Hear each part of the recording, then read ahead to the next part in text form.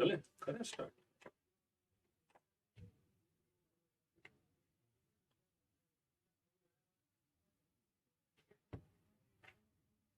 जी नमस्कार, मेरा नाम सनी श्रीवास्तव। स्वागत आपका एग्जामपुर के टीचिंग स्कूल यूट्यूब चैनल पे।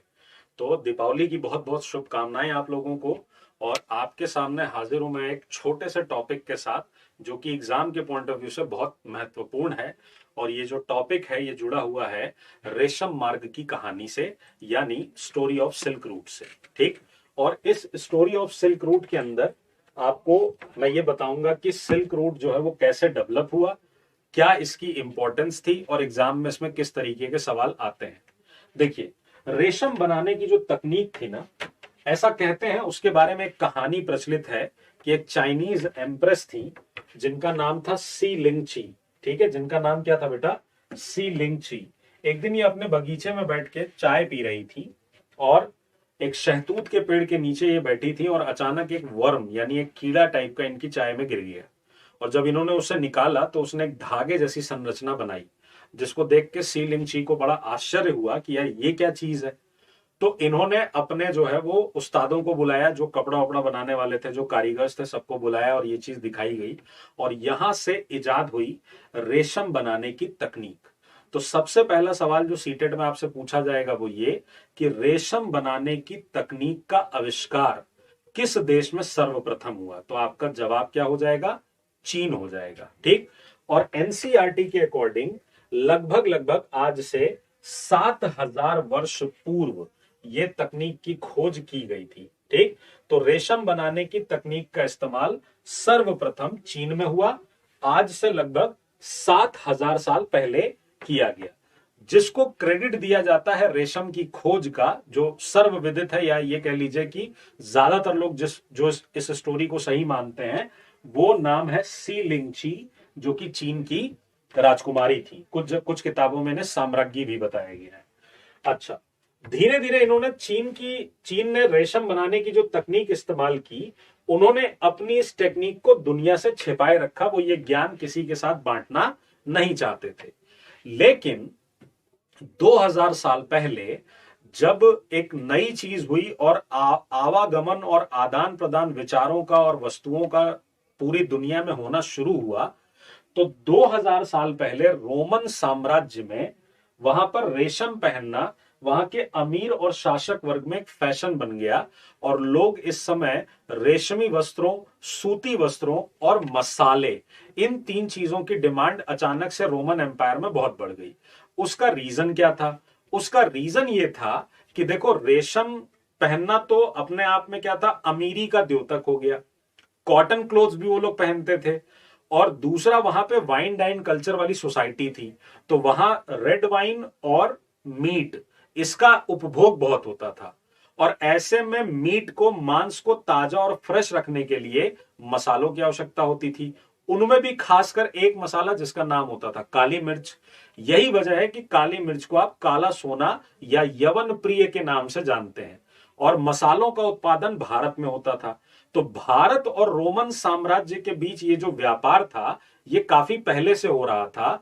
और हमें इसके एविडेंस कहां से मिलते हैं? तो अगर आपने देखा होगा एग्जामिनेशन के प्रीवियस ईयर क्वेश्चंस को, तो वहां आपसे एक क्वेश्चन पूछा जाता है। और वो क्वेश्चन क्या पूछा जाता है? तो एक क्वेश्चन तो देखिए यही आता है कि काली मिर्च को क्या कहा जाता है। ठीक। तो काली मिर्च को क्या कहते हैं बेटा? तो काली मिर्च को क्या कहते हैं? काला सोना कहते हैं, ब्लैक गोल्ड कहते हैं। ठीक। इसके अलावा इसका एक और नाम है जो आपसे एच टेट जैसे एग्जाम में, यूपी टेट जैसे एग्जाम में पूछा जा सकता है। इसे यवन प्रिय कहते हैं। यवन इसलिए कि विदेशी शासकों के लिए या विदेशी लोगों के लिए यवन शब्द का इस्तेमाल होता था, तो उसे यवन प्रिय भी बोला गया।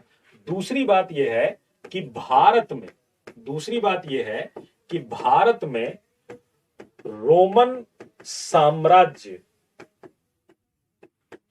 के साथ व्यापार का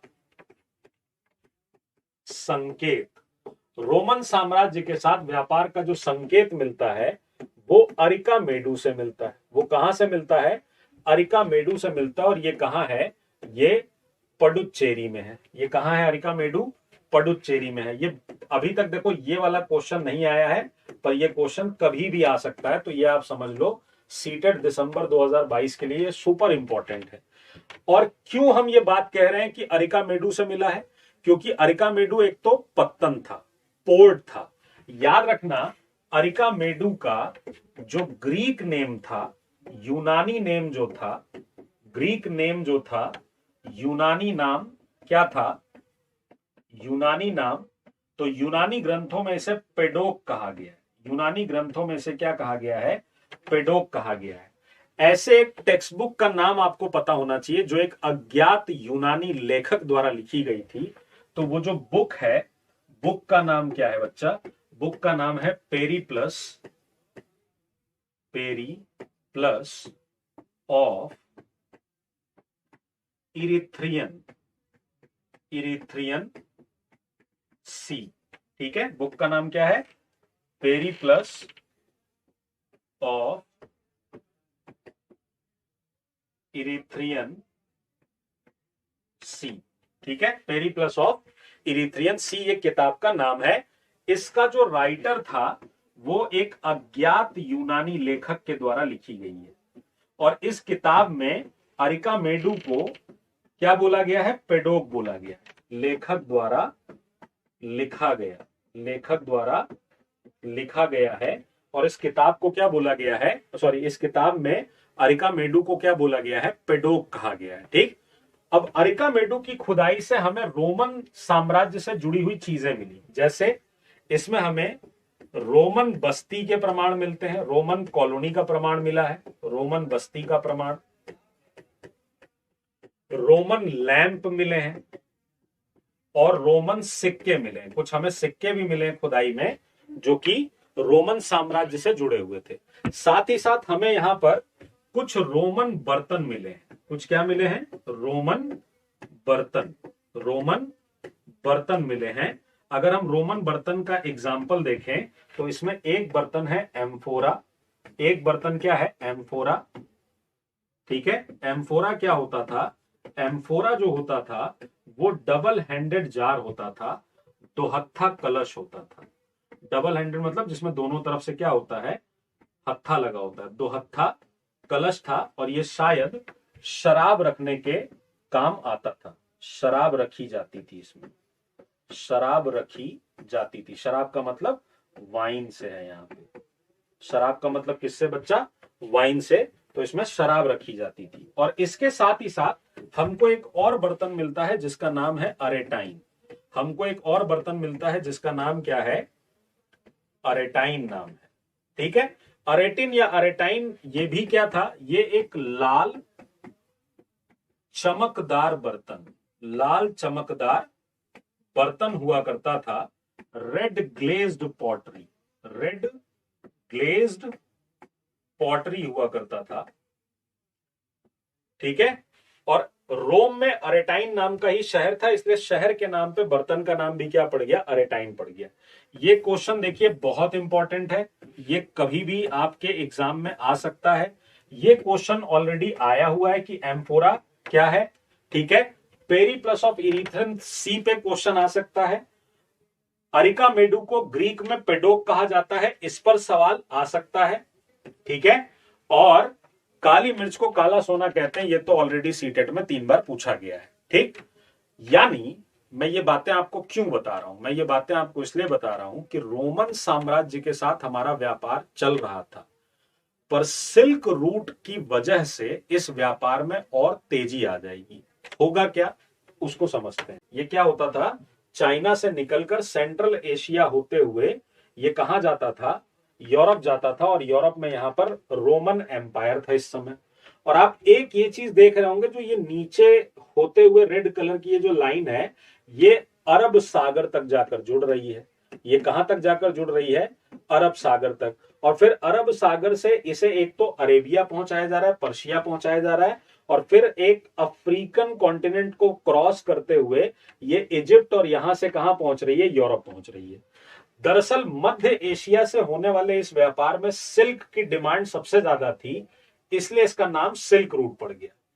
भारत में 2000 साल पहले मौर्यों के पतन के पश्चात कुछ विदेशी आक्रमणकारियों के आक्रमण हुए थे, जैसे इंडो ग्रीक, शक, पर्थियन और कुषाण, और इनमें से कई लोगों ने यहां पर अपने राज्य स्थापित किए।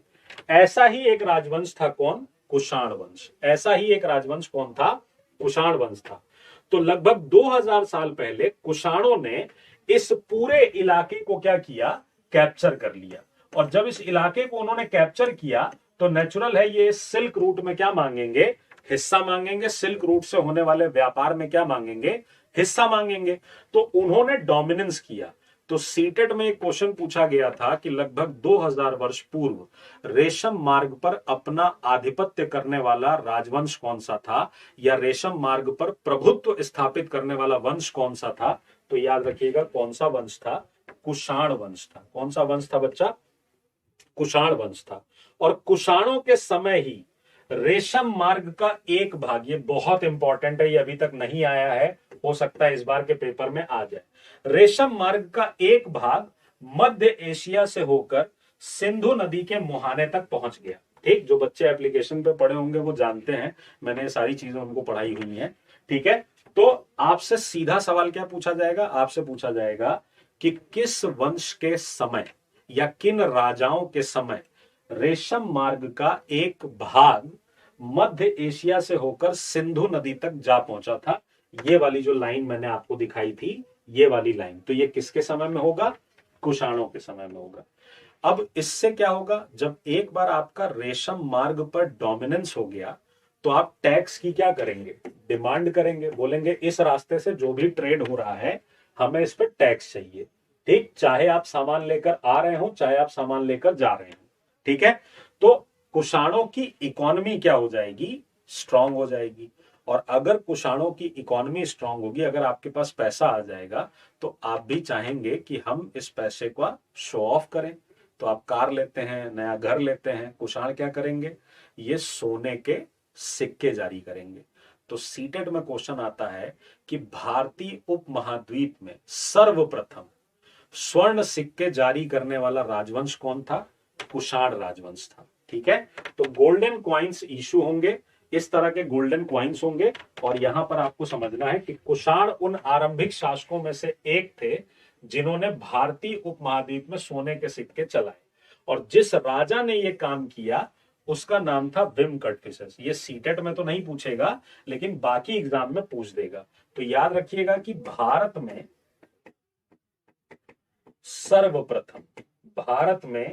सर्वप्रथम सोने के सिक्के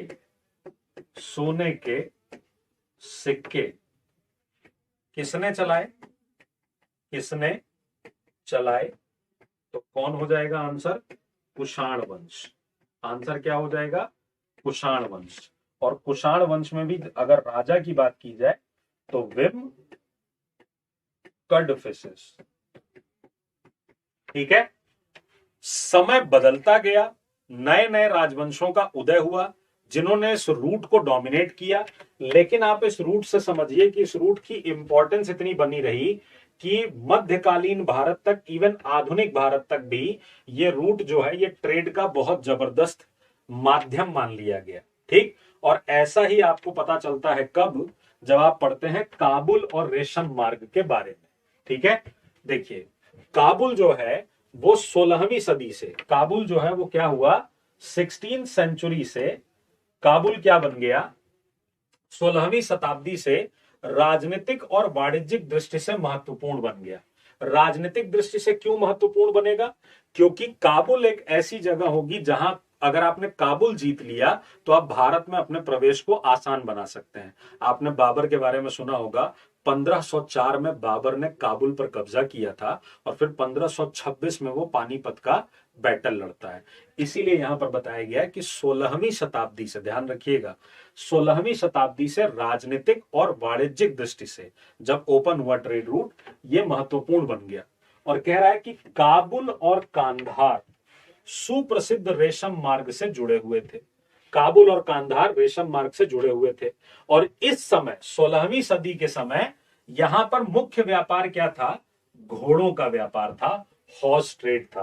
तो रेशम मार्ग में रेशम तो शुरू से इंपॉर्टेंट रहेगा ही रहेगा, लेकिन उसके अलावा हॉर्स ट्रेड।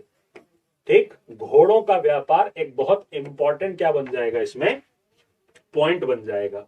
तो घोड़ों का व्यापार भी मुख्य रूप से इसी मार्ग से होता था।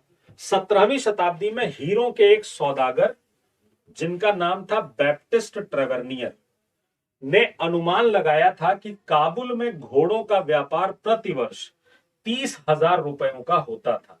ये बहुत इंपॉर्टेंट फैक्ट है और ये सीटेट में पूछा भी गया है, दोबारा भी आ सकता है। बैप्टिस्ट ट्रेवर्नियर फ्रांस का यात्री था और वो बताता है कि काबुल में घोड़ों का जो व्यापार है वो प्रतिवर्ष 30,000 रुपए तक उस जमाने में पहुंच जाता था, जो उन दिनों में एक बहुत बड़ी रकम समझी जाती थी। काबुल से मेवे, खजूर, गलीचे, रेशमी कपड़े और ताजे फल ऊंटों पर लाद कर लाए जाते थे और उपमहाद्वीप के अन्य भागों में बेचे जाते थे। इसके अलावा गुलाम भी बिक्री के लिए लाए जाते थे। अब यहां फंसाएंगे कैसे, पूछ देंगे कि काबुल से होने वाले व्यापार में कौन कौन सी चीजें शामिल थी। तो घोड़ों का व्यापार, गुलामों का व्यापार, ठीक। उसके अलावा आपसे क्या पूछ देंगे, देख लो, camels carried dried fruits, dates, carpets, silk, even fresh fruits from Kabul to the subcontinent and elsewhere. Slaves were also brought here for sale. तो ऐसे आपसे पूछ देगा केवल एक सही है, केवल दो सही है, एक और दो सही है, एक और दो, तीन सही है, ऐसे करके पूछ देगा। तो रेशम मार्ग पर सीटेट में हर बार सवाल आता है। जो लोग मुझे फॉलो कर रहे होंगे वो जानते हैं कि मैंने जो है वो लगभग आपको कई बार ये चीज बताई है कि रेशम मार्ग से रिलेटेड जो क्वेश्चन है वो आपके क्या होते हैं, पूछे जाते हैं। ठीक, आपके क्या होते हैं, ये पूछे जाते हैं। ठीक है, तो ये आपका जो टॉपिक है, ये टॉपिक बहुत इंपॉर्टेंट है बच्चा। और जाने से पहले आपको बता दूं, कल की क्लास में भी बता रखा था, पिछली क्लास में भी बता रखा था, दिवाली के इस शुभ अवसर पर हम आपके लिए जो सेल लेकर आए हैं वो उसकी अंतिम तिथि जो है वो कितनी है, 27 अक्टूबर है। अंतिम तिथि कितनी है बच्चा, 27 अक्टूबर है। एग्जामपुर के जितने भी कोर्सेस चल रहे हैं उनमें जो जो कोर्सेस पर ये सेल लगाई गई है वो आपको कूपन कोड के साथ पता चल ही जाएगा। टीचिंग में आधार बैच को छोड़कर बाकी सारे कोर्सेस पर ये 75% की सेल है। और जो बच्चे सीटेड देने जा रहे हो वो इसका पूरा इस्तेमाल करो। और इसमें दिवाली 75 आपको क्या करना है, कोड यूज करना है। ठीक, सारे लेटर कैपिटल्स में होंगे। दिवाली 75, जिन लोगों ने अभी तक एग्जामपुर का ऑफिशियल एप्लीकेशन डाउनलोड नहीं किया है वो करिए और अभी इनरोल करिए। और ये ऑफर आपके पास 27 अक्टूबर रात 12 बजे तक अवेलेबल रहेगा। आपको जो कोड यूज करना है वो दिवाली 75 यूज करना है। ठीक, तो दीपावली के इस शुभ अवसर पर दिए जलाइए, दिल मत जलाइए और आने वाली परीक्षाओं की तैयारी के लिए जुड़िए हमसे एग्जामपुर के ऑफिशियल एप्लीकेशन पे। जय हिंद, जय भारत, नमस्कार।